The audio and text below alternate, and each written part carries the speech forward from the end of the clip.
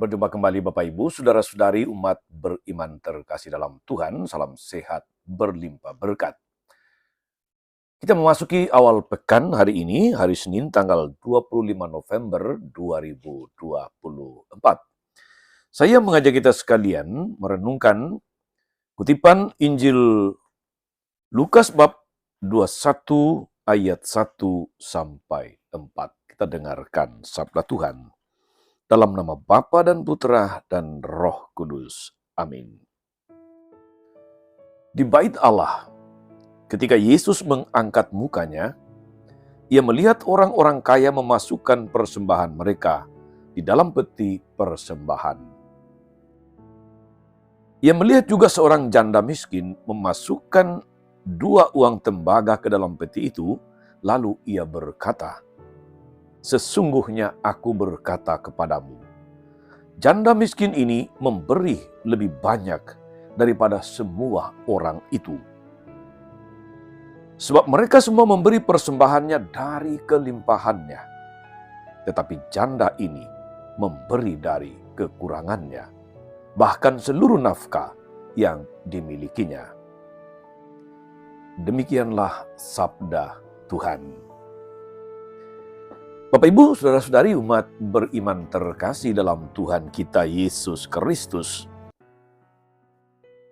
Hal memberi selalu dikaitkan dengan motivasi tertentu. Motivasi pemberi menentukan arti, menentukan makna dan kualitas dari pemberian tersebut. Hari-hari ini Saudara-saudari, 2 hari lagi kita akan memasuki puncak dari pilkada serentak di seluruh Indonesia. Pemilihan wali kota, wakil wali kota, bupati, wakil bupati, gubernur, dan wakil gubernur. Kita sering menyaksikan saudara-saudari menjelang pemilihan kepala daerah, pemilihan wakil rakyat, banyak calon itu mengunjungi masyarakat. Bahkan seringkali mereka kekurangan waktu istirahat karena pergi dari satu tempat ke tempat yang lain di daerah pemilihannya untuk mengetuk hati rakyat. Dan tidak sedikit yang membawa bingkisan, membawa bantuan sosial, lengkap dengan macam-macam janji, macam-macam usaha untuk membuat masyarakat memilih mereka. Kunjungan ini tentu saja memiliki tujuan yang jelas, agar mereka berkenan dipilih oleh masyarakat pada pesta demokrasi. Tentu saja saudara-saudari, ada juga banyak calon yang memberi karena ingin berbagi, yang memberi karena dia prihatin, yang memberi karena dia ingin meringankan beban masyarakat. Setiap pemberian selalu memiliki motivasi dan intensi tertentu. Ada yang memberi dengan motivasi dan intensi kebaikan bagi penerima, tapi juga ada yang memberi karena ingin mendapatkan sesuatu dari penerima. Saudara-saudara, umat beriman terkasih dalam Tuhan, kisah tentang janda miskin yang memberi dari kekurangannya sangat populer. Yesus memuji ketulusan dan totalitas janda miskin ini yang memberi derma dengan kualitas hati yang murni. Memberi diri dan hidup kepada Allah sebagai ungkapan syukur atas anugerah hidup, atas perlindungan Allah yang dialami. Janda ini memberi dari kekurangannya. Bahkan dia memberi seluruh nafkahnya. Di situ nilai totalitasnya, nilai pengorbanannya. Saudara-saudari,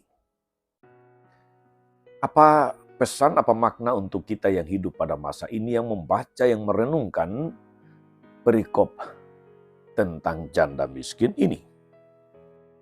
Saya berharap saudara-saudari umat beriman terkasih bahwa kita terinspirasi dari janda miskin dalam hal memberi. Memberi tidak sebatas saat kita berkelimpahan. Allah selalu memberikan kasih karunia kepada kita setiap saat. Demikian juga hendaknya kita pun berbagi dan memberi kepada sesama. Sebab semua yang kita miliki, semua yang kita terima, itu berasal dari Allah. Maka sudah layak dan sepantasnya saudara-saudari, kalau kita memiliki hati yang mau memberi sebagaimana Tuhan telah memberi sangat banyak untuk kita. Kita ingat akan kata-kata Tuhan Yesus pada bagian Injil yang lain. Kamu telah menerima dengan cuma-cuma, maka berilah dengan cuma-cuma, supaya tidak percuma.